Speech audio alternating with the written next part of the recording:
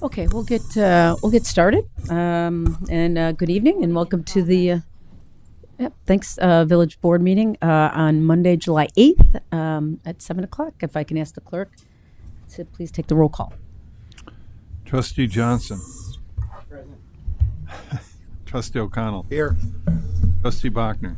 Here. Trustee Gillis. Trustee Vasquez. Here. Trustee Brennan. Here. President Aducey. Here.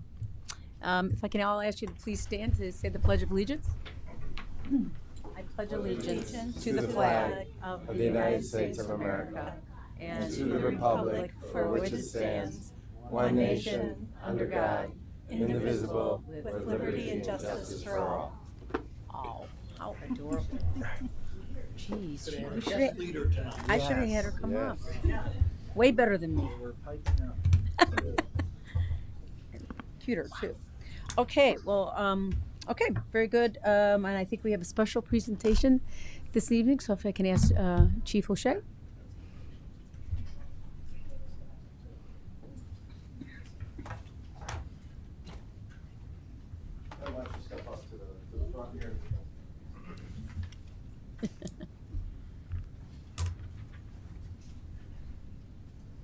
Tonight we're here to recognize and honor Sergeant Ben Ransom. Am I on? I don't know. Hold on. Now I'm on. It's two taps. 2 taps. Tonight we're here to honor and also recognize Sergeant Ben Ransom for some great work he did, especially on the behalf of children who are some of our most vulnerable out there in society, not just in Illinois, but across the world. A lot of you already know Sergeant Ransom. As you know, he was sort of the face of the department for a number of years while he was in crime prevention, and now has been doing amazing work also working as a sergeant in patrol, sort of mentoring and coaching and developing his shift. With him tonight, he has his family, his wife, 2 children, and mom and dad here. So Ben's always well represented. He also has a brother that's a law enforcement officer, as some of you already know, in Elmwood Park. And once again, this is a department commendation, which is one of the highest you can receive within the police department itself.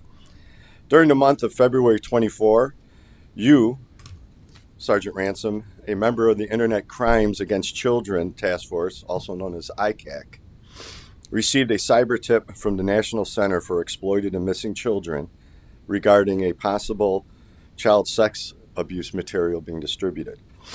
You collaborated with multiple different government agencies and completed a thorough investigation. The investigation led you to completing and executing multiple search warrants.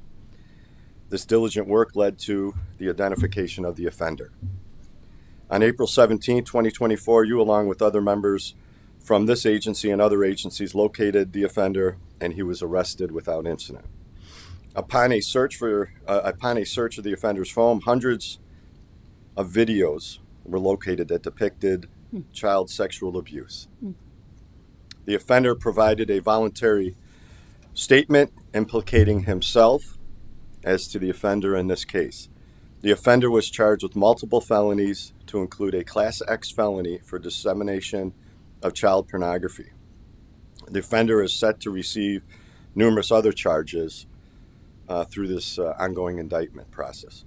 Your professionalism, exemplary attention to duty, and dedication to the safety of our community contributed to the arrest and prosecution of an offender that victimized the most vulnerable of our society. Your actions are a great credit to the Village of River Forest and to the police department and to public service in general. On behalf of the Village of River Forest, congratulations. Yeah.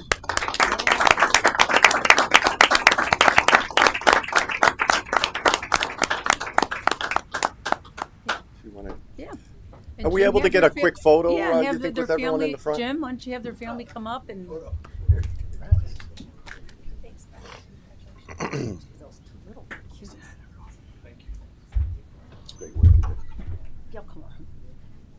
Well, we're gonna come Might be around easiest to anyway. the front. We'll come around. Connect.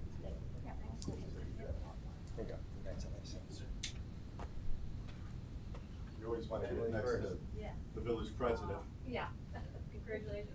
Wonderful job. Congratulations. Thanks. Here's something.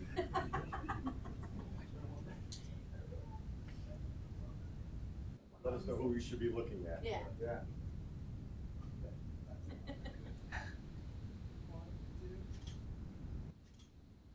And can we get everyone to look over at Ben's Why don't you stand come over on here? over here to do, no? Well, we have photographer. Yeah. One more. And then we'll look at, I guess, Jessica for now. Yeah, hold on. Yeah, hi, yeah, congratulations. Come on in.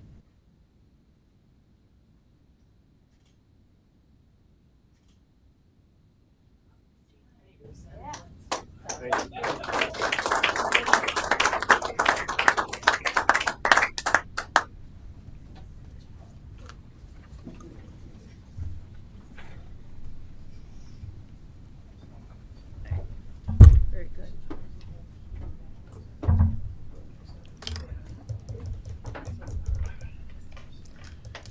Thank you. Great, great work, Sergeant. Thank you so much. I'll let them get their stuff. Meanwhile, do we have any citizen comments written? No, someone did just recently join Holly's also. It's an empty square person. Okay. Love those empty seats. All right, so we have no. You're going to say? Great. You don't have to. I mean, if you want to leave, you won't offend us. But yeah, thank you so much again for your service. Yes. Yeah, great job. Thank you so much.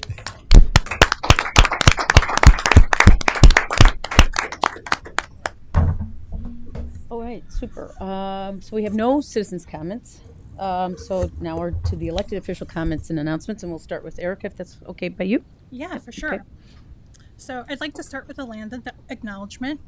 As we begin, we are mindful that we hold these meetings on lands that was once and still inhabited by Indigenous people, including the Ojibwa, Chippewa, Menominee, Potawatomi nations, and more. We will remember our nation's history and honor the Native people as stewards of this land that was colonized, and that River Forest continues to be a place many people from diverse backgrounds live and gather. Just a happy belated 4th of July, and I think that's it for me tonight. Oh, all right, super. Thanks. Hi, Lisa. We'll just skip over it if you want. Or are you ready? No? I'll come back to you. Okay. All right, Rez. Take it over. No problem. Good evening, everyone. Again, congratulations to Sergeant Ransom. I know he's handled early on the age-friendly presentations, too, for our seniors in River Forest. So I want to thank him for that as well. Also, one other thing is for the Metropolitan Mayor's Caucus on Age-Friendly Communities Collaborative, I did co-chair with that with Mayor Ducey on June the 20th. The themes were two themes. The Public Health Institute gave a presentation on webinar about health programs and policies for our seniors. And then also there was a presentation on transportation and assisted transportation programs that are sponsored by the federal government, state government as well, and also providing not only for aging our seniors, but also for people with disabilities. So it was a very productive meeting. So that was pretty much the wrap-up. Okay. Thanks, Rez. Lisa, you want to still wait? Do I have to? No, we can go back to you if you're ready. Don't I have to get voted in to be here? Oh, no, you just recognize just that for she the minutes. came at 7:10. Came in at 7:07. Okay. It's All on right, when I'll you're- be quick. I just wanted to say, give my condolences to the family of Lance Bolanek, who recently passed away. He was the 2023 Grand Marshal of our Memorial Day Parade. Yeah. So he was a veteran in the early 60s. So all the best to his family, and God bless him. Thank you. John? Nothing to add. Okay. Kate? So I wanted to mention that I got an invitation, as did my fellow trustees, to participate in Forest Preserve Cleanup Day, which will be Saturday, July 20th. It's being sponsored by the League of Women Voters in conjunction with Environment Illinois in honor of Plastic Free July. So Saturday, July 20th from 10 a.m. to 1 p.m. And I'm led to believe that this is on our village website. The details are there. So if you need more details as to where to go, it's actually on the Miller Meadow Forest Preserve on Roosevelt Road and First Avenue. That's all I have. Oh, okay, great. Thanks, Katie. Ken? I have nothing to add. Just hopefully everyone's having a wonderful now cicada-free summer and a great 4th of July. So. Thanks. All right. Yeah, sure. Just because I forgot. We did get a postcard in the mail from LRS reminding us on the appropriate way to recycle. Please try to do your best to adhere to those instructions, because it does allow us to make sure that whatever we recycle actually does get recycled, rather than being put in the waste pile because it wasn't recycled properly. Thanks. Thanks. I have nothing more to report than what the trustees already did. I just want to remind the public that our next special village board meeting, because I don't think, is that a regular schedule? That will be regular. Yeah, okay. Is August 12th, just so everyone knows that. Other than that, I have nothing more to report. So it's obviously a slow summer. Okay, so with that, I will go on to the consent agenda. If I can ask for a motion to approve the consent agenda A through G.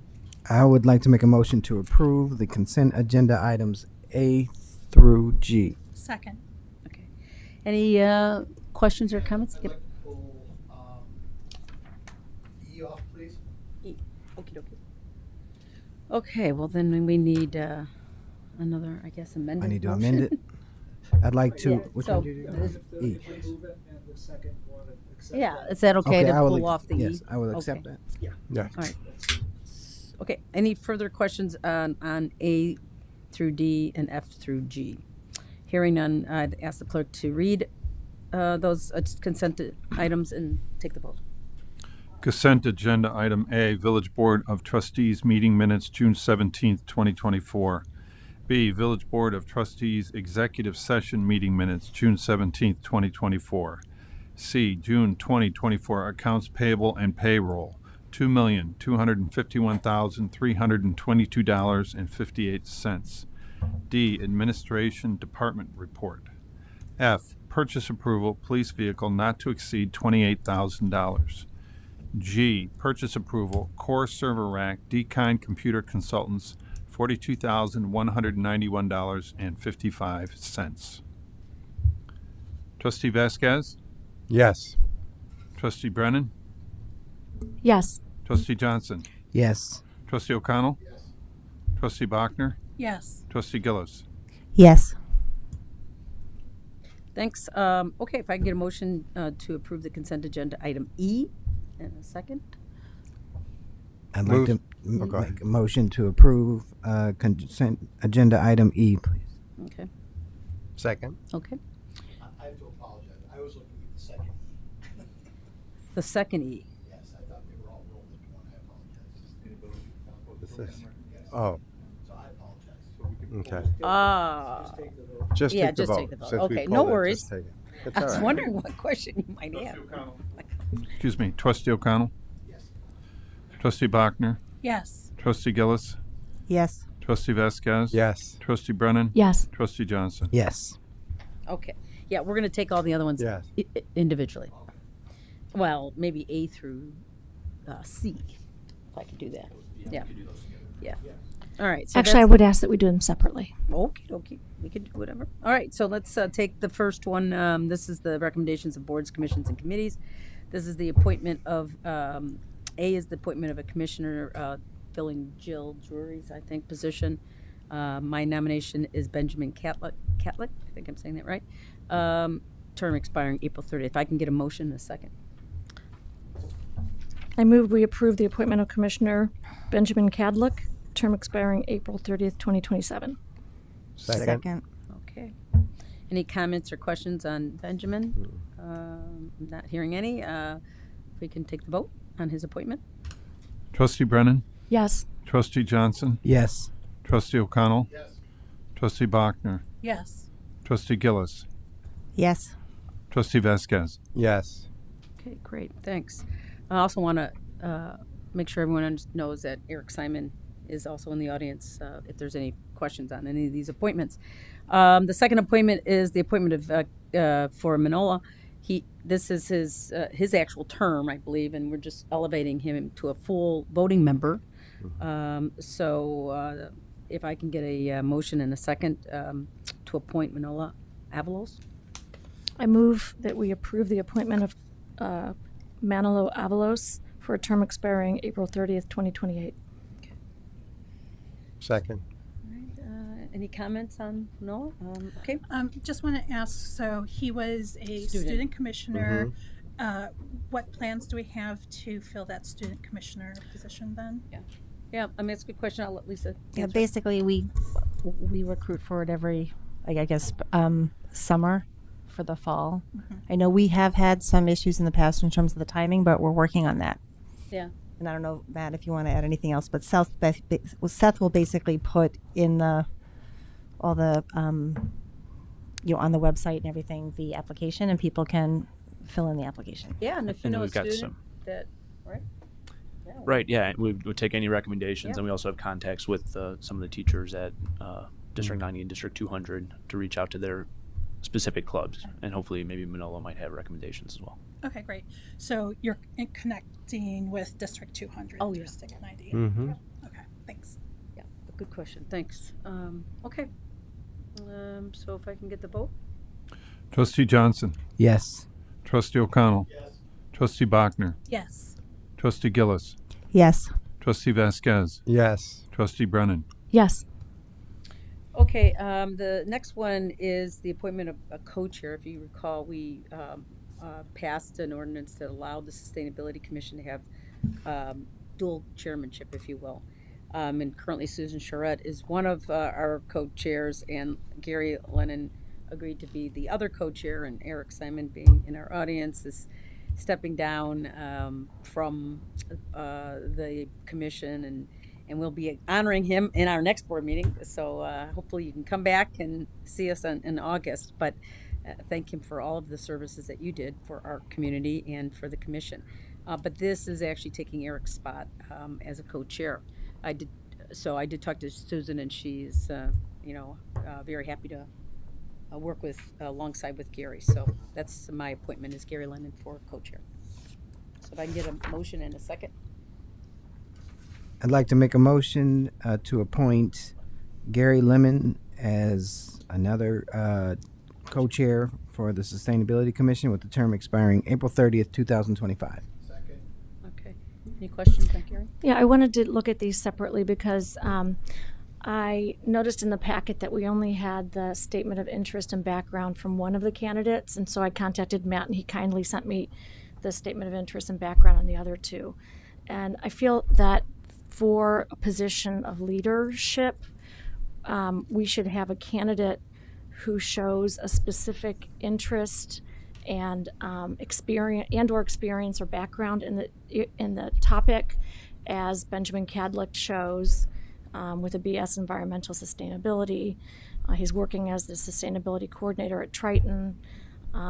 He's studied with a focus on natural resource management, and then the same with the other candidate, Manolo Avalos.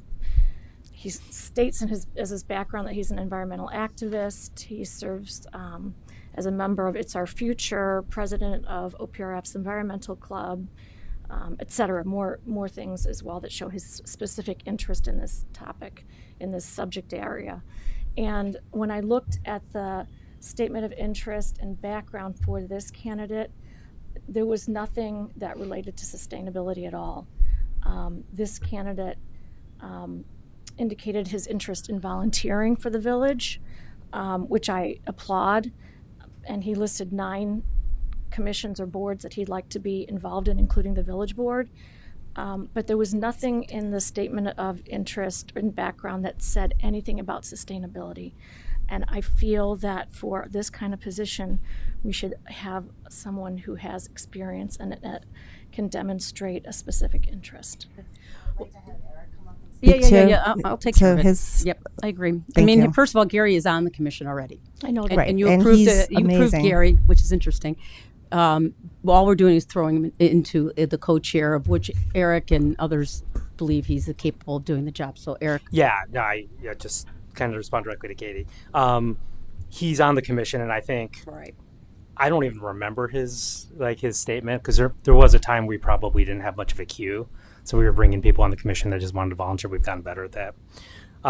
Specific to Gary, he's proven through his actions that he's very, very capable. He's very interested in the subject matter. And one thing I kind of agree and disagree on is you don't want a commission of everything but activists. You need people that are very organized. They have diverse backgrounds in business. And specific to Gary, he's retired. Has an incredible business background where he led teams. He ran manufacturing, which had big sustainability elements to it. But more than anything, he's just been a great commissioner. He has gotten into everything. He is leading a bunch of different charges. And so, his background aside, he's just really proven it through his actions. That's just my 2 cents on that. Yeah, Thanks, Eric. it's an important 2 cents. So thank you. And I want to remind not only our board, but our community that these are volunteers, and I think they work hard to be part of the community. And I understand that in most cases, if not all cases, we'd love as much experience as we can. But sometimes, as Eric said, it's nice to mix things up. So I am in total favor of this, of moving Gary into a co-chairmanship. And I think he's going to do a great job. I do appreciate, Eric, your information and background on Gary and what he's done to step up in the Sustainability Commission. It would have been nice to have that information in the packet just to see what he's done, so we could feel that much better about it, especially since it seems like some of that was, well, in this case with Gary, maybe we've just asked him for a statement or have the Sustainability Commission themselves list what he has been working on. So it would be great to see that in the future. It's great that he has the experience and feel good about. Yeah. Understood. Oh, we have it. Kicked off, We'll be right. happy to supply it. We're a small community.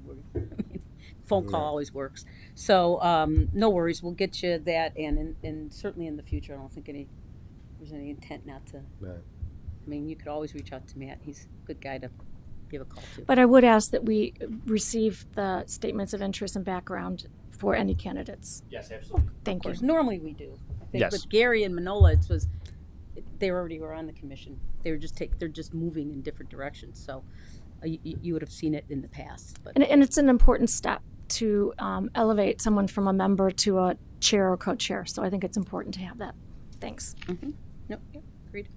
All right, so let's take the vote, if you don't mind. Trustee O'Connell. Yes. Trustee Bachner. Yes. Trustee, Trustee Gillis. Yes. Trustee Vasquez. Yes. Trustee Brennan. Based on Eric's input, yes. Trustee Johnson. Yes. Let it go. All right, very good. Let's move on to the Sustainability Commission, the motion to adopt and authorizing the village administrator to execute the electric aggregation program contract extension. Make a motion to adopt an ordinance authorizing the village administrator to execute a 24-month extended term agreement to the master power supply agreement with MC Squared Energy Services LLC. Second. All right, so who wants to take this on? Sure, I can provide a brief overview. We do have a representative from Satori Energy, who's our energy broker, as well as MC Squared, to help with any of the details. This is a renewal of the existing program that we have for electric aggregation that began, or the relationship with MC Squared began back in 2020. There's been 2-year terms that was renewed in 2022. So this is for another 2 years through 2026. This is a opt-out program that currently exists in the village. MC Squared will provide energy credits that helps us stay as a green power community. there's also no impact on the service or the rates to the residents, although they will get a notice and the ability to opt out if they so choose. This was recommended for approval by the Sustainability Commission by a vote of 4-1. One of the negative vote was just concerned that the benefits that had come from the agreement with MC Squared have declined over the 2 terms. In the first year in 2020, there was a community contribution that came out of that. They no longer offer that up. It's more just of what the credits that MC Square can offer towards green energy creation. So that was not necessarily a no vote about the program, but more disappointment in the benefits that used to exist. So this is a renewal of an existing contract that the village does not get any financial compensation under the existing contract? Correct. Okay. And we did for the first 2 years of the initial contract? Yes. And the reason why we continue, one of the reasons why we continue to do it, we'd like to continue to do it, is because of we need a portfolio of green energy as we move to to improve our greenhouse gas emissions. And right now the credits are quite significant. And so as we grow and improve, go from silver to, gold status with regard to, what's the name of the program? Soul Smart. Soul Smart, thank you. As we now finally have the community solar program that we're kind of building out. The goal, again, it's just part of the portfolio of things that we recommend that we do in order to, be a green community and improve our sustainability record. So we're doing this for the recs? Correct. Yep. Any further questions? Anybody else have? Okay. All right. Let me take the vote. Trustee Bachner, Yes. Trustee Gillis, Yes. Trustee Vasquez, Yes. Trustee Brennan, Yes. Trustee Johnson, Yes. Trustee O'Connell. Okay, right. So the next item is the compost program recommendation. So if I can get a motion to accept the commission's recommendation, then we can talk about it. Motion to accept the Sustainability Commission's recommendation to implement a compost sharing program. Second. Okay, real good. All right, so, I don't know, Matt or Jack, I don't know who wants to give an update on, or maybe Eric? Well, on the I could start, and commissions? Eric could probably fill in the blanks. Seth Okay. wasn't able to attend, but we've talked about it quite a bit. A village board meetings ago, there was discussion or direction from the board to have the Sustainability Commission discuss the provision in the contract with LRS about opt-out compost program. So the Sustainability Commission back in May did discuss that concept. Currently, we are about 18% of users have opted in to the compost program, and the commission discussed the potential challenges with moving to an opt-out program where everyone is automatically signed up for a bin and the additional cost that's associated with that, and then would have to opt out. This would be different than what was just approved by the village board, in that there would be additional costs to the program that would need to be negotiated with LRS before any approval happened. So those were some of the concerns that the Sustainability Commission had were, I guess, the backlash to that potential additional cost and the possibility that folks would be using the compost bins incorrectly. I think those were the primary concerns. But having said that, the Commission recognized a need to promote the program to get more compost users on board, with the idea of getting it closer to maybe a tipping point of, 50% or whatever that would need to be for the village board to want to move to a Right. opt-out program. Right. And so this recommendation, there's a couple pieces to it, additional communications and promotion about the program, but one thing the commission proposed was adding a cost sharing program so that multiple users most often neighbors, would be able to split the cost of a single bin that both would be using, and the billing would just be done through the utility billing as it exists currently for subscribers. What was the price structure that was discussed for the opt-out program? So there was no negotiation with LRS about that directly. This was just feedback from the Sustainability Commission before opening up the contract negotiation. So there was no conversation directly with LRS. Okay, so the Sustainability Commission didn't look at like a structure of, if we did the opt-out program, LRS, based on its experience with other communities and estimates, would be able to say that we would go from 18% to participation to whatever percent participation, and then that would lower the amount that everyone would be paying. Because I think that's sort of an important consideration in order to be able to decide whether you would be supporting the opt-out or not. Well, not necessarily, but I'll let Eric. Yeah, no, I am, Katie, you're right. We didn't. We didn't go that deep. Right. Like, we didn't talk to LRS. We didn't do any that we could. Absolutely. I think this was more kind of a high level conversation about, stick or carrot. Like, how do we want to educate our community on the benefit of composting? So we didn't do that deep dive. It'd be smart to do it. Look at data from other communities and stuff like that. Yeah, because there's other communities that tie recycling in with compost as a cost, community-wide, and then a separate cost for your waste, and you have different, levels of waste bins. And when it's an opt-out program, the cost can be very reasonable. Yeah, I think it's a good idea. I think to just kind of recap what Matt is saying, our conversation was really around, we feel like there's still low-hanging fruit on the education side of this. And so we want to commit to doing a lot more public education on why people should be composting. And so, to be fair, this step is kind of like, it's an incremental step, right? It's not a leap at all. And it's a little bit of a punt, just because we want to see how successful we can be with making these incremental changes before we take the big step of, essentially the customer service issues of telling people they're composting and they need to call us to get out of it.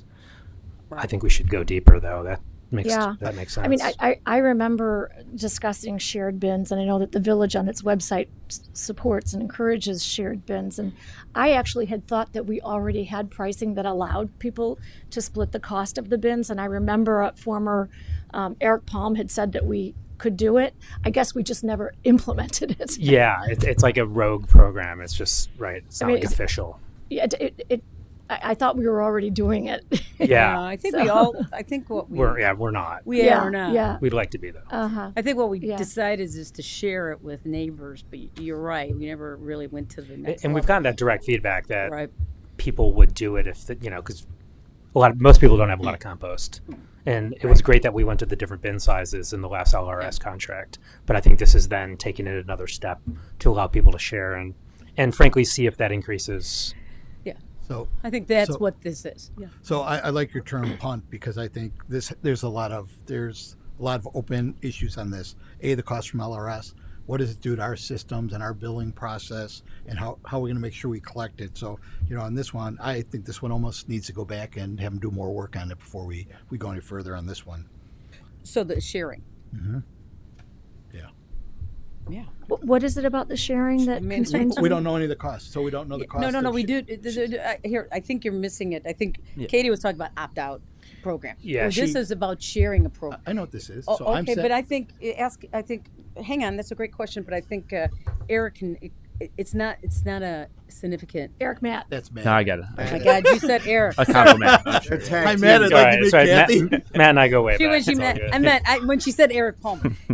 Well, let Matt talk a little bit about that. I think that's at least worth having a conversation, and we still can table it. Sure. So, from a staff perspective, we view it as very easy to implement the cost sharing piece of it. This would just be a simple change to the online form that is available to those that register. Oak Park's form is only a question or two more to incorporate that piece, and it would just be a matter of taking that information and applying it to the utility billing.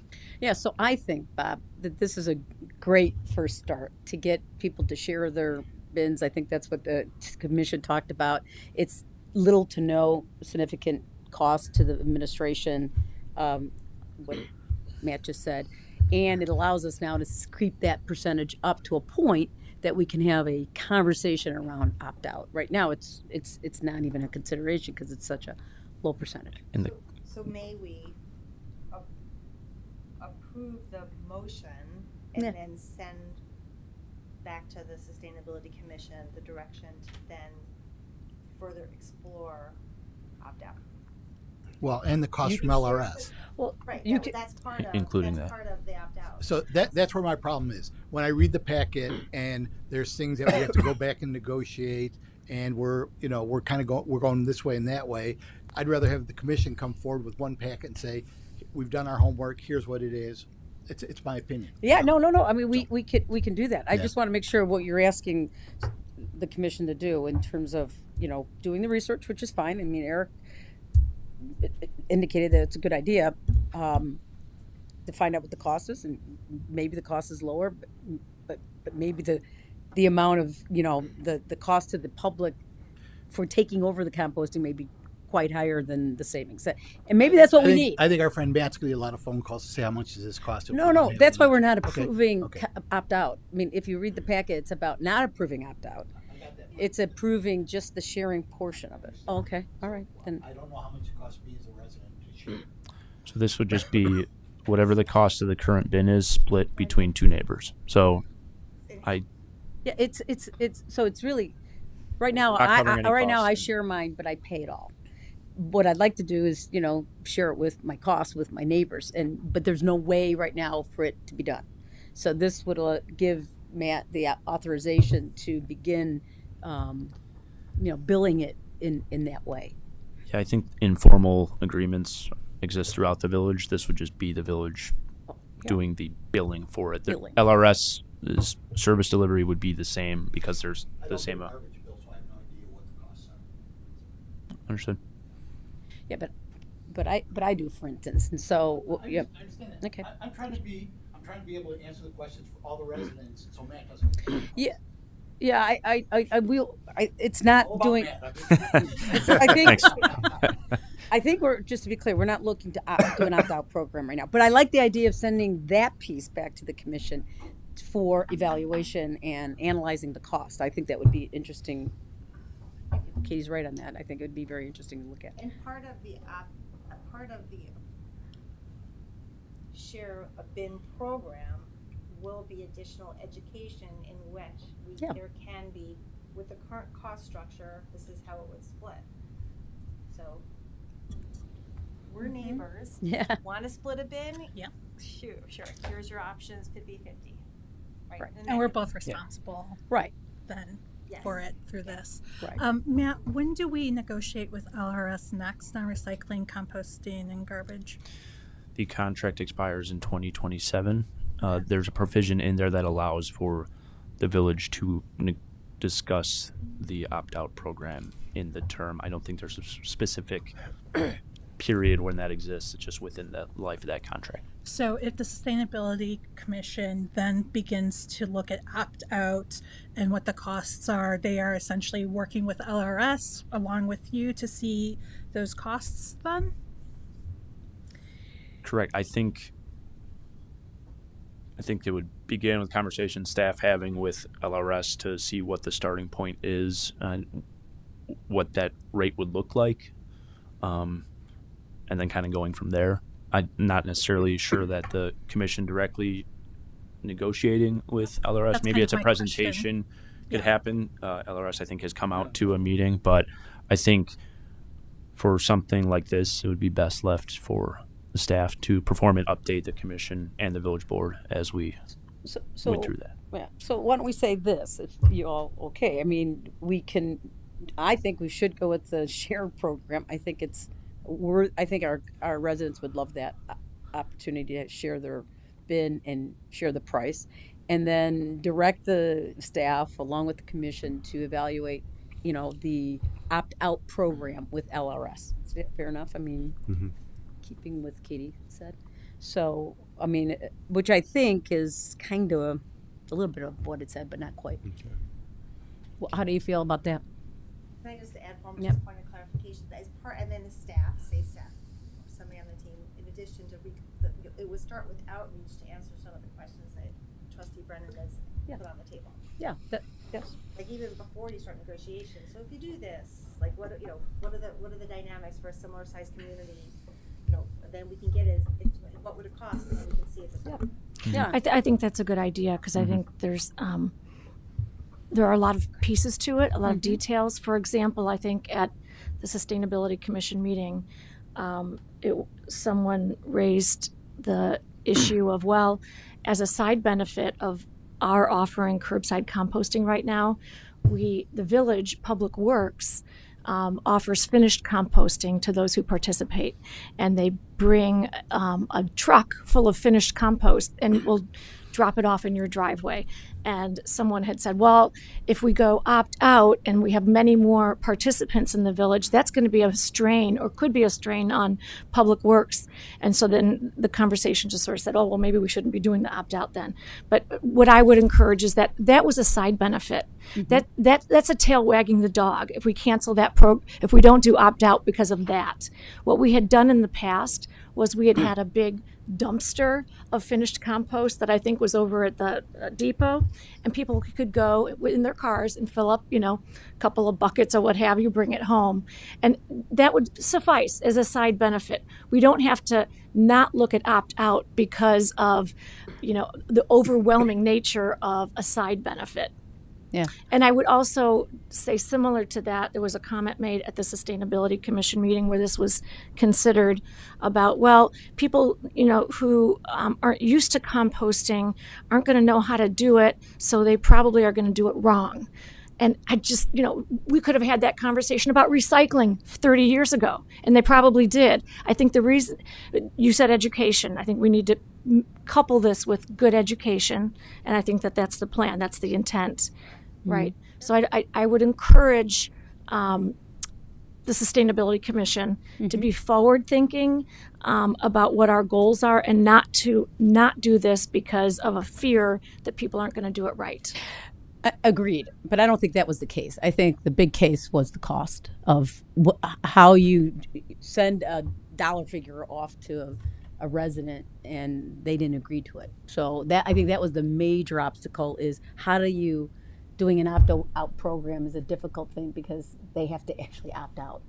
Or if they forget to opt out, then they have to pay. And we know that MC squared, our experience with MC squared was, and that was even an even trade, meaning you didn't have any price, differential, and people were complaining. So I think that's the real issue here that we really have to. But your other point is, hey, let's not have these benefits sidetrack an opt-out program. I frankly think that delivering the compost is a phenomenal benefit. So I hope we can do it all. I hope we can, look at the program. But Katie's right. We don't want to use that and, say, oh boy, opt-out is not a program we should look at. Okay, so I think we're saying all the same things. If we could create a shared program and let the Sustainability Commission do a little bit more deeper dive into an opt-out program, looking at the benefits and the cost of it all, and come back to us. Just a question. So people listening to the recording, when we're talking about a shared program, we're talking about a split of sharing it between two people, right? We're not talking about 3 or 4. I think people households. trained. Households, right? 2 households. Okay. That's correct. Okay. Good. And hopefully neighbors. Yes. And another question, maybe more for you, Eric.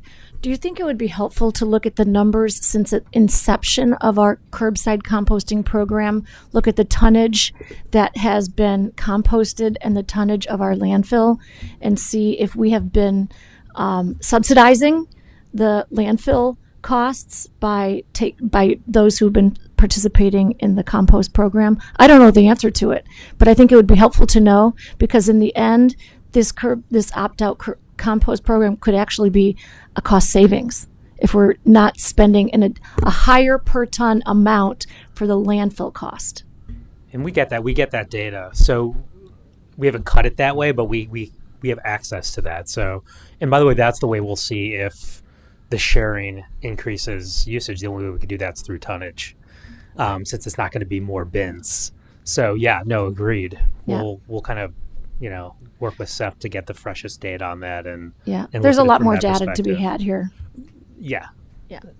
This is not uncomplicated. And one last piece of data I'd like to know about is, are there other communities that are waiting for or requiring the municipality to hit a certain number of compost subscribers before they say they'll do an opt-out? Because I don't know why 50% is a magic number here.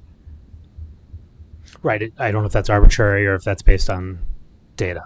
I don't know. think somehow I remember, Katie, that it came out of LRS, the negotiation. I think it was in one of their presentations. Yeah, I think it was in one of the But still, I presentations. have no idea where that But comes why from. did they chose 50%? Well, LRS said in their presentation they were all for it. They were ready to do opt-out. And I think that was something else that was mentioned at the Sustainability Commission meeting, was that there was a sense that LRS wasn't for it. And my sense is that LRS said that they would do whatever we wanted to do. It was just a matter of what we wanted, and then we could negotiate the contract. Yeah, I don't think they're the impediment. I think it's just how much does it cost the Yeah, resident. that hasn't come up in our Right. conversations that Yeah. LRS is like a barrier to this Yeah, or they're anything. not a barrier. I feel like I remember in our conversations about 50% with them, it was something about bins. Yeah. And like if you give everyone a bin, but then tons of people opt out, they're creating all these bins, and it's sort of like extra, they want to be sure that if they create like all these materials in terms of like bins and stuff, that we're going to follow through as a community. I feel like that's what the 50% may have been. Yeah, something like that. You're right, Erica. Something like that. All right. So, Eric, I know you're stepping down, and we were addressing you like you're going to take on this job, but we're actually. This is great. Any work you guys want to throw at me right now, Yeah, let's it's do perfect it. because you're not going to do it. Yeah. He's And, just going to and I delegate. can see him. Yeah. Sure, we'll do that. Taking notes. I can be seeing in his face. But I will say, don't worry about it. We got Jack and Matt on the case, and we'll make sure that Gary and Susan Yeah, are aware. I'll brief them. Thank you.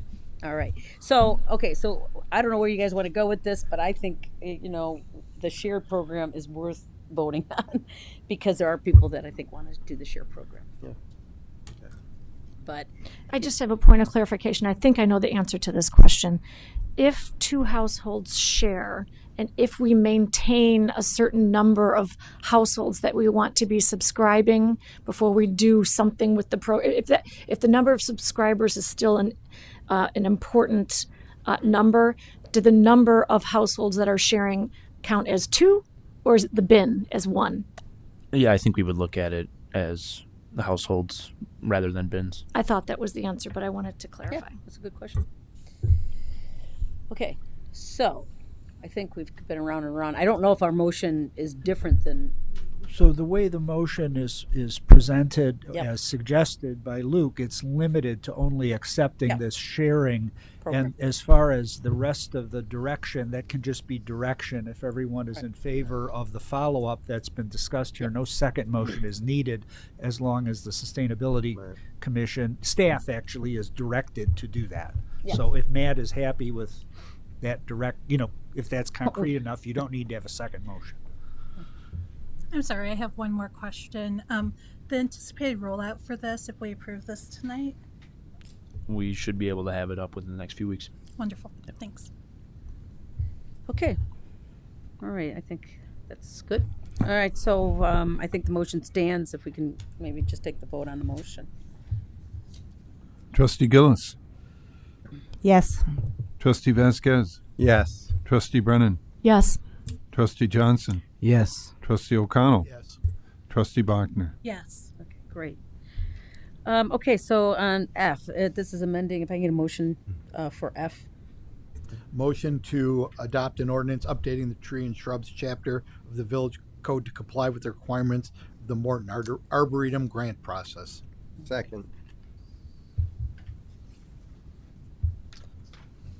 So yes, this the village was awarded a grant from the Morton Arboretum to help offset the costs of injections for emerald ash borer trees. As part of that grant, one of the requirements within the grant was an update to our tree ordinance. So in the packet, there was kind of a table of whether the village was compliant with certain requirements, and we were on many points. The most significant changes in here are really just making it clear that licensed arborists will be doing the work, and we're fortunate that we have several licensed arborists on our public works staff, and the contractors that we work with almost always have licensed arborists on staff. So it's already kind of an expectation of practice from the village, but this makes it formal, memorializes it. There's several definitions added, as well as appeals process in there for decisions regarding tree removal, which is similar to what we have existing in our code currently, but a little bit more clear.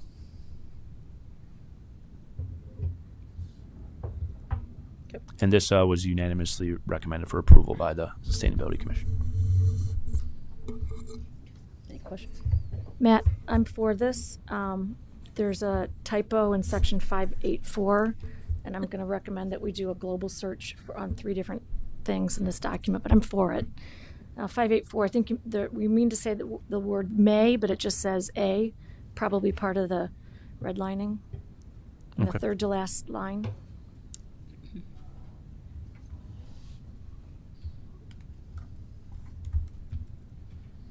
Oh, yeah. The M is missing. Ah. It's an ah. Okay, it's an A or I. Aye. Aye. It's like a pirate wrote it or something. It's right here. All right, so you're going to correct that. Right after we removed it, so yeah, probably. And then I'm going to recommend that we do a global search just to clean up. You added the definition of director. Director means director of public works, and you deleted of public works in most of the document, but not all of it.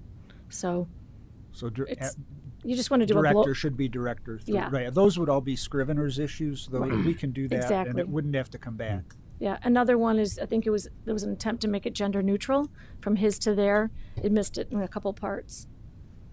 So just do a global search for that if we want to make it a consistent document. Yeah, sorry about that. I'll follow up. Okay, yeah, good points.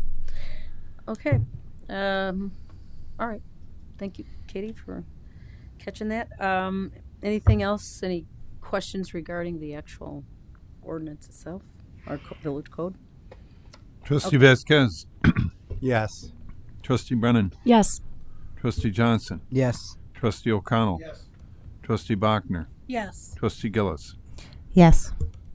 Okay.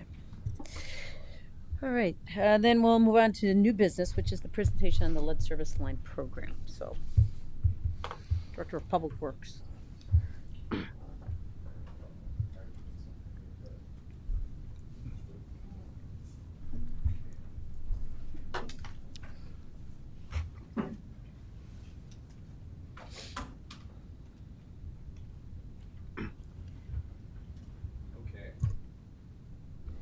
Hello, everyone. Okay. So we're just going to do a quick update. I know in the packet we had the memo for the entire lead service line program and where we sit currently today. This is just to really go over that memo and give you guys an update of where we are, not only with our year one program, but where we are with the inventory.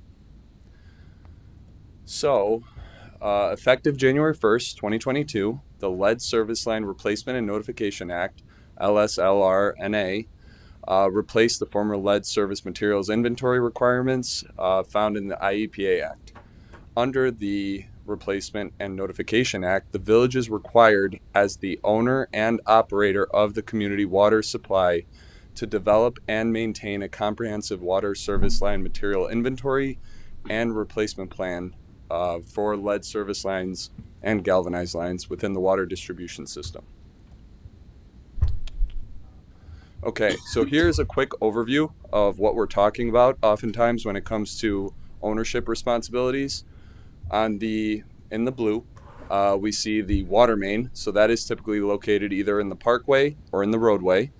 The blue part up to the curb stop, so up to the Buffalo box, that is the ownership responsibility and maintenance responsibility of the village.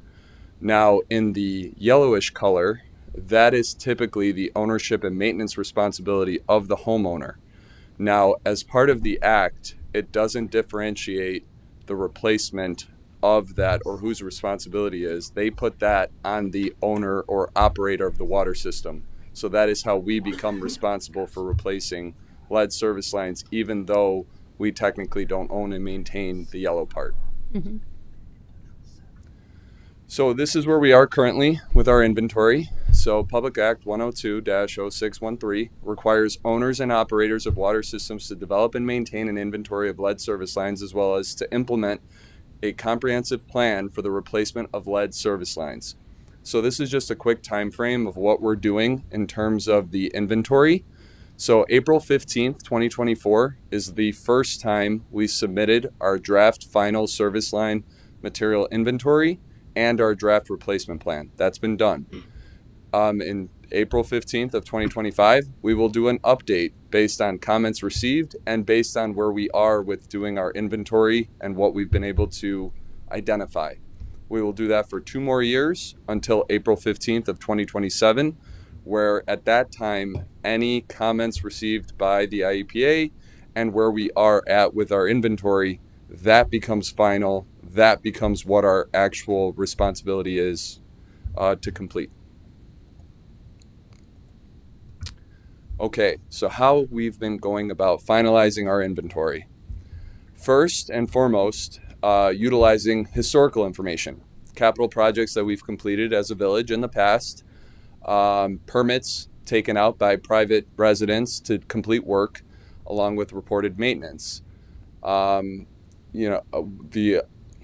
only that, we've been trying to progressively go through any historical data or information that might not be in the computer, but maybe in a box somewhere, just to be able to identify what it is that we have in as material services to be able to fill out our inventory. Outside of the historical information that we're doing on our own as staff, and we continue to do, we are looking at resident survey responses. To your right, that is just a screenshot of the beginning part of the survey. We have done a great job, especially recently, to really push that survey. We have gotten so far 104 responses just recently on our surveys. The pictures have been really good and a lot of colorful and fun conversations with residents. So that has really been working out. And I can mention too, as part of the survey, when we have had concerns from residents regarding not being able to access it, not knowing where to go, we have scheduled appointments, and our public works guys schedule the appointment and then go and then help the resident identify what it is they have. We're at the point now where we really want to make sure that we have this inventory, because it really will guide our decision making moving forward in terms of just what we're on the hook for in terms of money going down the line. So outside of the resident survey responses, the last methodology of verifying is potholing. So we have a beautiful picture of one of our public works staff members potholing right on Lake Street by Thatcher. So potholing involves just really using our Vector truck to make it's like a 12, 16-inch hole just right on one side of the B-box, be able to get right to that service line and then be able to really look at what material it is. That is our final option in terms of identifying the material. So now we're going to get into how to identify the material. I just want to briefly go over what it is we're looking at here. So if you see, first we'll look at just the test area. So really what we're interested in identifying is the area just before the meter. It shows test here. So really the part that's coming into the home. That is the most critical part to us and what we're trying to inventory. we're seeing, just based on a lot of pictures, a lot of people have replaced already the material that's in their home, the copper lines or everything that's going into the house, but they're really not noticing that, hey, but they have a lead service line coming into their home. So you see the test here, the 3 typical types of materials. There is a 4th, plastic, but we don't see much of that. We really generally see lead, copper, or galvanized. Lead, when you there are 3 types of tests. You have the scratch test, which is most popular. If you scratch a little piece of the pipe, you'll get a shiny silver color for lead. Penny, copper, you'll get a brownish color for that. And then for galvanized, it'll be dull gray. Another test that's been used and is usable is magnetized. For that, you're easily able to identify galvanized. A little more difficult is really just the sound or the noise the pipe makes. An additional thing, this is part of the show and tell, we have a piece of lead service line that was taken from one of the projects that we're on. One of the items that's a sure giveaway of a lead service line is that little bubble or bulge at the end right before it gets to the connection point. Those are the easy way to be like, yep, that's lead right away without having to look at the color, without looking at the magnetism or anything like that. Okay, so now, There you go. how do I escape? Yes. Was there a year or a kind of a period where lead was no longer used? So the period in which it was prominent was the 1950s to 60. So when did people start moving away from putting lead? So really once post 60s, they really moved away from lead. I think I should be able to. One of the cool things we've been able to implement is through GIS and through our new asset management stuff that we're getting into, we've been able to really track and go through the process of being able to identify and really guide our decision making in terms of where we're going. So right here, you have the total services. Actually, what I'd like to show you quickly. So here's a screenshot from a week ago when I was preparing this of where we were at. Just take a quick look at the lead and not lead numbers. Yep. Now, if you go to where we're at, the numbers have changed because this is an active thing that continues to go through as people are responding. And what's nice about this is now that we have this synced, and I have my iPad here today, we also have crews in the field with their iPads. So when they're going out and they're inspecting things, they go right into field maps, they input that data and information, bless you. They input that data and information. So as they go through, it automatically syncs into our inventory. And that's how we can go from, within the last couple months here, we've gone from over 2,700 to this number today. And we continue to try to get that number down. But this is a nice way as we go through, we go on every individual home and be able to, double blue means nice, not lead on both sides. Gray on one side or other means unknown. Red obviously means lead, and yellow is galvanized. As part of this program or part of the act, galvanized is considered the same as lead. So we have to replace either, whether it's galvanized or lead. It's considered that. So I will jump back to the presentation. I should mention that map is accessible on our village website currently, so any resident can go in and view to see if we have a record of their past work or if they just are curious. Yep. Mm-hmm. And now, You look at that, Lisa Walls? additionally, what we have is the outside of our regular program. So this is something that I always mention to residents too, is we're doing the inventory and we have an approach to eradicate lead throughout the village. That is a 17-year program because we have a lot that we have to accomplish. However, we do currently have our Get the Lead Out cost share program, which is a great opportunity for residents if they don't want to wait, they want to get ahead. Okay, hey, you can apply for the program. Here's what we have to offer. So the program provides partial reimbursement to residents totaling 50% or up to $7,500 for the cost of replacing the entire lead service line. $5,000 is for the public side, whereas $2,500 is for the private side. cost share. This program provides an option for residents who want to replace their lead service line as soon as possible without waiting for the village to cycle through their area. This has already come up in 3 discussions that have been had with residents. Very happy that we have this program in addition to what we're doing. They were very happy because in a couple instances, either there were young children or there was a different situation where they wanted to get ahead and get them out. Great. They took advantage of the program. They're applying. They're going through the process. One of the things that we do now, regardless of the situation, we require a minimum of 3 bids. Regardless of the situation, that is something we require. Given the prominence of lead service line replacements these days, there are many people doing this, so there's easy opportunity for them to get 3 bids. And so now, while we did previously get the question of why do I need 3 bids, we require the 3 bids. There are plenty of people who do this type of work, and there's plenty of this type of work out there. So it's just a good way to. So are they competitive bids? They are competitive bids. There's a couple of contractors in town who do a lot of the work. They just, they're prominent in town. They do a lot of the work. This is an opportunity for people to broaden their horizon and make sure that they're checking. We do provide like a template of what we're looking for, like what type of work. So it's like apples to apples. So if a vendor contractor comes in and says, hey, it's going to be $12,000, that yeah, it's way is out high. of line, or yeah. And you're going to say to the resident, too high. Yeah, Oh. no. Well, but so we understand that it could range anywhere from 10 to 15 if you're doing the entire thing. 10 to 15 is what I've seen just in historical, just construction projects, different things like that. It always depends on street opening, where is it, stuff like that. It all builds into the cost.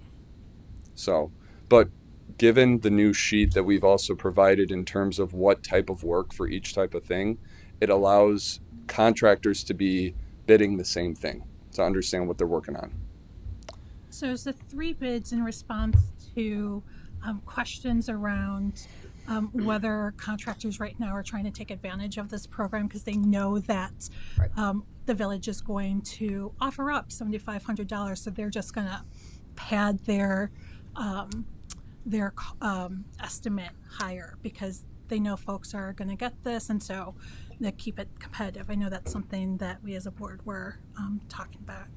Right. So the main reason for making sure that the 3 bids is required in any situation is because lead service line replacement, because it's a requirement by the IEPA, it's just becoming a thing that everyone is doing. So now it's like these contractors see villages have to do it. So the way to keep it competitive is make sure that at least the competition is out there amongst themselves, rather than one person coming in town all of a sudden going and grabbing up all the work. This allows a level of, well, no, you have to make sure you go ask other people, not just go to this one person that went down the block and asked you to do the work. And Trustee Bachner, that is accurate.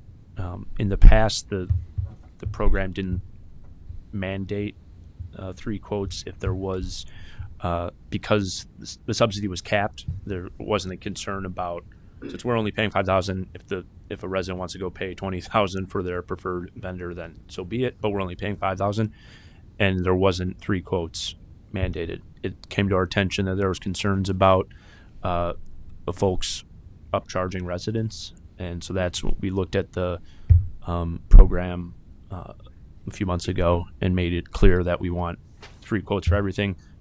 It protects the resident. Even if it doesn't affect what we're reimbursing, it protects the resident, keeps everybody honest, and it's in line with our purchasing policy. In you looking at that, did you find that upcharging was the case? I have heard anecdotes of quotes being out of line, but I don't think that was widespread. Thank you. I would imagine the average resident doesn't know where to get contractors of, so many. 3, I know it was only 3, but do they ask you for a list, or like how does that? Yep, go ahead, Jack. Yeah, so I have had people reach out to me and be like, okay, well, who do I go to for these quotes? The village has a list of registered contractors or registered plumbers. I direct them to the website. These are people already registered with the village that have done work with the village, successfully completed work in the village. So those are people they're able to call. Right. And then they have the instructions in terms of when they call 3 people, here's what I want bid, so it comes back. Right. So it comes back apples to apples. Good stuff. Couple of questions to in relation to what could be stopping residents besides just not knowing about the village trying to, catalog all of these. Is there anything stopping residents from taking a look at this and identifying it with the village?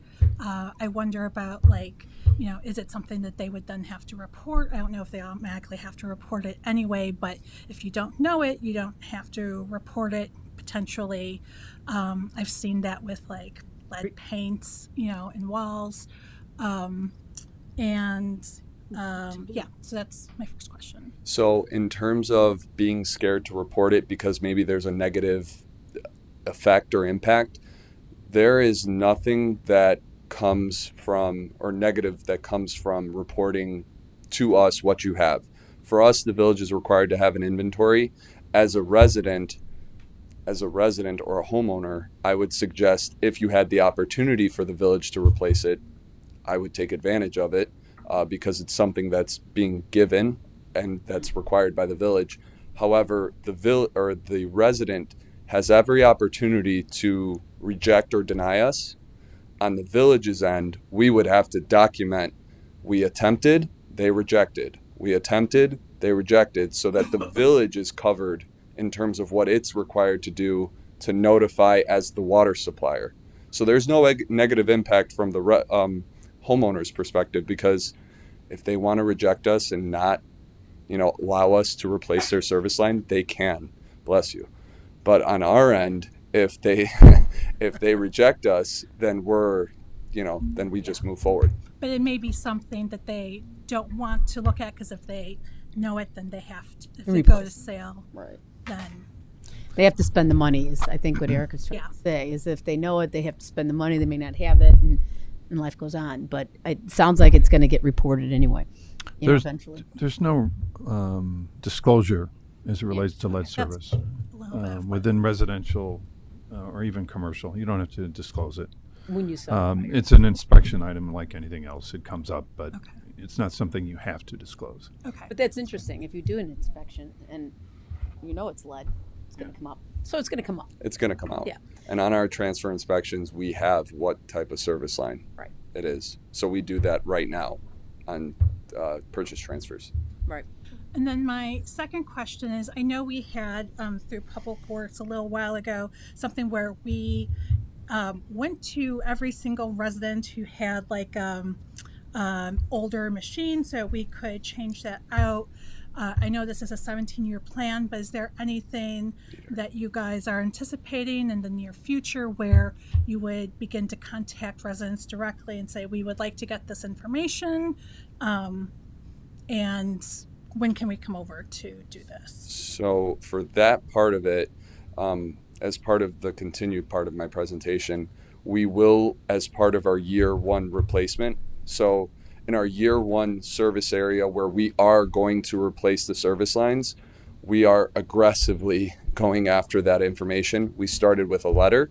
We asked if, what you have. If you didn't respond to the letter, we followed up with a door hanger. We put that door hanger out there and we're like, hey, we really need to know what you have. Please contact us as soon as possible with the QR code and website.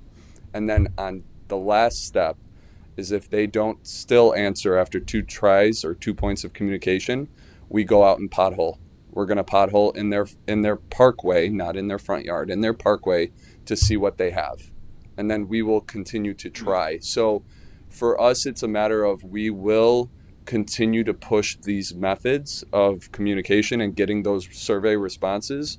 But our focus, especially now, is we also have the year one program for replacement. So that area has focused where we really need those responses. So, and I'll get into that further in terms of just that focus area. Perfect, thanks. Okay. So the get the lead out is there. Now we have the lead service line replacement plan, the first one. Okay. The village is currently working with its consultant to finalize its year one replacement program as approved in the budget that we have for this year. It's estimated that the village can replace 150 to 200 service lines for the $2 million. The year one replacement locations include high-risk priority locations, such as schools and religious institutions, as defined by the IEPA, along with homes where the village has a record of the public side already being copper, already being replaced. By doing this, the village avoids roadway openings and we're able to do more service lines and eliminate as many as we can at this time. So as I mentioned, we have $2 million budgeted, and of that, $750,000 is a DCEO grant from the state. So Jack, I got to bring this up. I mean, is there a reason? I know other municipalities have taken out, debt, loan-free loans. I mean, the forgivable loans versus taking the $750,000 from DCEO grant. I mean, that could be used for anything, right? Doesn't have to be used for. So have we? Maybe I'm asking a question that maybe was asked before, but have we looked at the forgivable loans out there? So yes, there are right now the loans that are available are low interest loans. There had been some forgivable loans approved earlier on in the process, but right now we have submitted preliminary submittals to get those low interest loans. But as of right now, there's not any assurances that those would be forgiven. That's the hope, certainly. But right now, I think as the project becomes widespread, this mandate is ahead. I think the state and federal funding is also trying to make that money last as well. So if we get a forgivable loan, I'm going to hope that we get one because everybody's getting one, it sounds like. Could we reinstate that $750,000? Can we reimburse that $750,000? I just want to make sure, and I don't even, we could discuss this later, but I want to make sure that we use that grant money for the right, especially if we get a forgivable loan. Can we reimburse ourselves back? Again, we could talk later, but I think that's something. Give it back or reallocate it? Reallocate it. So if we spend it now and we are able to get a forgivable loan, then I'd like to use the grant money for programs that we have for infrastructure and throughout the community and use the forgivable loans for the lead replacement service. I think that would be the right thing for us to do. So Okay. I'd like you guys to think about that and tell us what's the best direction. Okay, no, for sure. And I think we applied in April for the first one, and I'll work with our consultant to see where we're at with just those applications, okay? Yeah, I think it's a wise thing. Okay. Thanks. And then, a lot of nice colors here. So for the year one project timeline, I've just tried to give a quick update on just where we're at and where we're going with the year one part of the project. So in May, we had a kickoff meeting with the consultant to establish the goals of the year one replacement. In May of that year, the consultant came back and recommended locations based on previous capital projects that were completed within the village to keep them soft dig. And this is where I sort of want to get into what we did for the year one communication. In May, we sent out the letters to the year one project locations asking them to fill out the survey if they have not already, because of how badly we need that information just for planning purposes on our end. And then in June, we identified high-risk priority locations, verified the service line material by potholing. So we had a list of all our high priorities, and out of that list of 20 to 25, we have 4. 4 of them need to be addressed as part of this project. August, September 2024, we plan on procuring and finalizing temporary access agreements with all the homeowners. What's nice about the survey is within the survey, we have the click button about allowing us to work with you to replace the service line. For a lot of those others or people that are already identified, we will be going back and getting temporary access agreements. In August 2024, the village will start potholing on the customer side of people who did not respond to either the letter or the door hanger. In July 2024, we did 140 locations for residents for the year one survey. In October, November of 2024, we intend on having the contract out for bid and select a contractor to perform the work. And then this is where we combine not only doing the year one locations, but also moving into year two. We hope to get a head start on year 2 and be able to start in December, January of 2025, start identifying the year 2 locations. And then hopefully April 30th, 2025, we intend on the year 1 project to be complete. Private property restoration. So this is the part, policy question for the village board to opine on is, should the village include in its cost the cosmetic repair of the area near the water meter, or should the residents bear these costs? There are 3 options up here. The first, the village only covers the cost of basic repairs such as concrete and minimal wall patching. Number 2, the village covers the cost of concrete repair and wall patching, makes provisions in the construction contract that allows the Director of Public Works to further to ascertain further cosmetic repairs up to $2,500 on a case-by-case basis. If there is no need for further cosmetic repairs, the money doesn't go and get used. And number 3, the village covers the entire cost of repairs required due to the lead service line replacement. Following this option could become very costly and might not be covered by grant funding if more is received. So some further background on this. The number 2 option is what we've seen in many communities and a lot of different contracts. It's really just giving a provision if there is an extenuating circumstance that you run into, like the lead service line is directly by a very finished area and there's some extra minimal work that can be done to make the homeowner whole and make it go away. Again, this is a case by case basis, and if it doesn't need to be done, it won't be done. It's just a provision to allow it. And like I said, in many contracts, this really just becomes a line item on the side. This is not something that guaranteed. It's just an opportunity to do something if needed. Yeah, I would say, certainly anywhere we can give our residents, some benefit, I would do it. But it has to be a budgeted item. I mean, it's an unknown. And I think we need to know what that known would be and if it can be covered by a forgivable loan or some other, grant money that we can get versus operational money. That would be my suggestion. I would suggest you stick with something that's simple and consistent.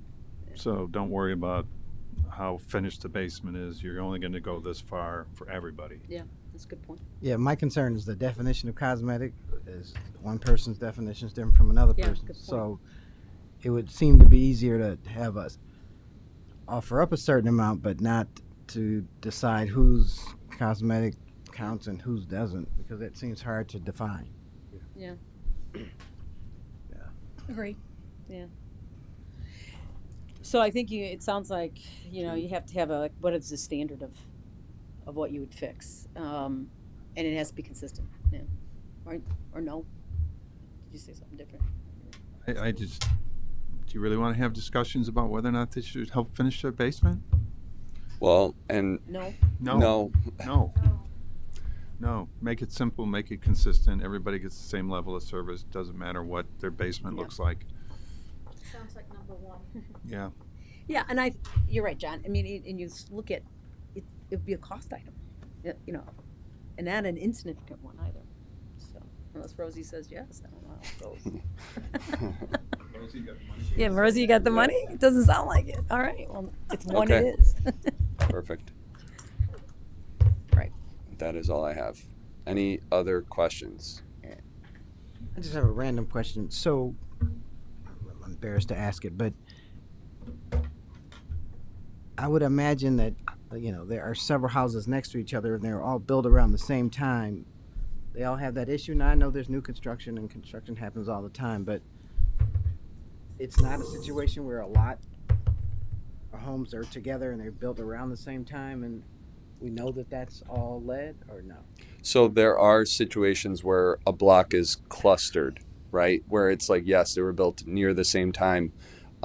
Given the time period we're talking about, 1950s, since then, there are a lot of situations where, yes, this person has replaced their service line for whatever reason. They did a pool or they did this or, so there are a lot of different extenuating circumstances where just that has changed. Okay. But generally, I would agree that, yes, if the houses were built around the same time, yes, they would be built the same way.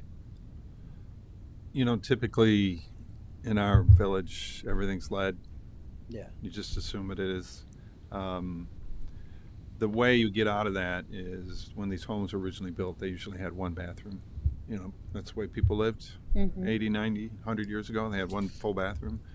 And as you move into 2 and 3 bathrooms, you have to get a larger service line to provide enough water pressure for that. So typically that's when the upgrade happens. Okay. Right. And that's when the flooding happened. All right, thanks for this. I'm one of the people who received the survey, but I didn't know how to answer it because I didn't know how to tell if I had it or not. So I just pushed it to the side. So you answered a lot of questions tonight. Thanks.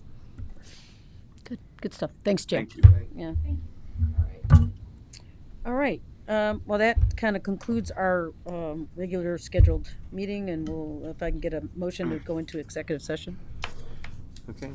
Move to enter into executive session pursuant to 5 ILCS 120/2C1 and 6 to discuss the appointment, employment, compensation, discipline, performance, or dismissal of specific employees of the village and the setting of a price for sale or lease of property owned by the public body, and the village board will adjourn after executive session and will not return to open session. Second. Great. Thank you. All right. Trustee Brennan. Yes. Trustee Johnson. Yes. Trustee O'Connell. Yes. Excuse me. I'm sorry. Trustee Bachner. Yes. Trustee Gillis. Yes. Trustee Vasquez. Yes. President Aducey. Yes.